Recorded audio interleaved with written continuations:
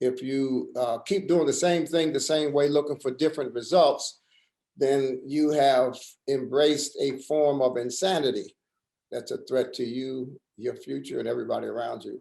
And so we're going to make some changes, and I'm going to ask our most avid listeners, watchers, and supporters to give us some input on those changes.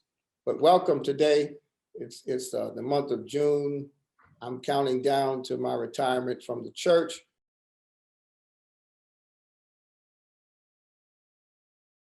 But anyway, thank you. Good to see everybody. Let's get started. Before we get into the subject of the day, I want to introduce you to someone who 11 years ago approached me after having graduated from Syracuse University. She grew up in the church, and she approached me concerning her future. And what I wanted was her skills. And so we made a deal. The deal was that she would help me at the church package our narrative and produce our story on video to share with the world. And then the deal was she would use that packaging to market herself as a TV anchor. And my thought was it would take her a few months to land a job. And while she was doing that, she'd be creating great content for the church.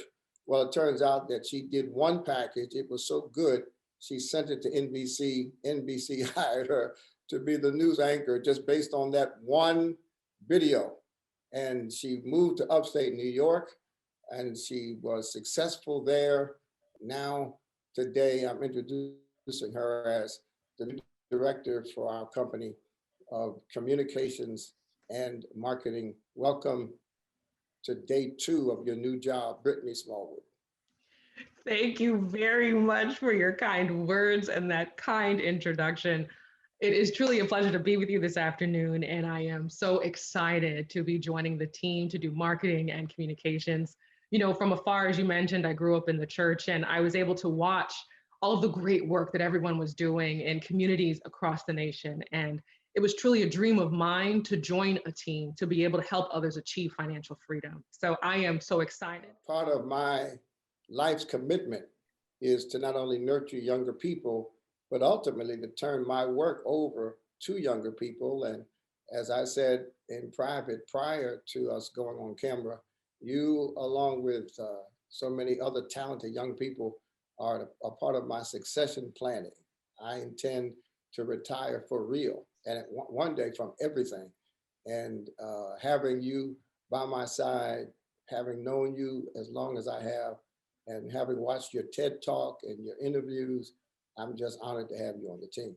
So we have with us today a very special executive from the fastest growing and perhaps most comprehensive fintech company in the country. And today we're going to talk with senior executive at MoneyLion, Mike Doniger.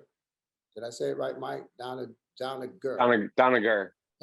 Mike Doniger, who I invited to come here because of his background, his personal background in financial advisement.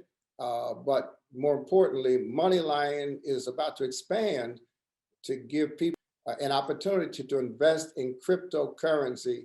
And I thought we should start today having the conversation about cryptocurrency, what it is, why MoneyLion is getting involved in accessing, in helping their members access cryptocurrency. So Mike, thank you for coming on today. So here's the key question. What should the average person think when they hear the term cryptocurrency?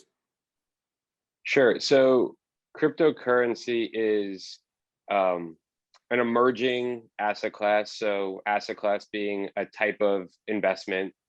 It's a digital currency that right now, the main purpose of it is that it's a store of value or an investment.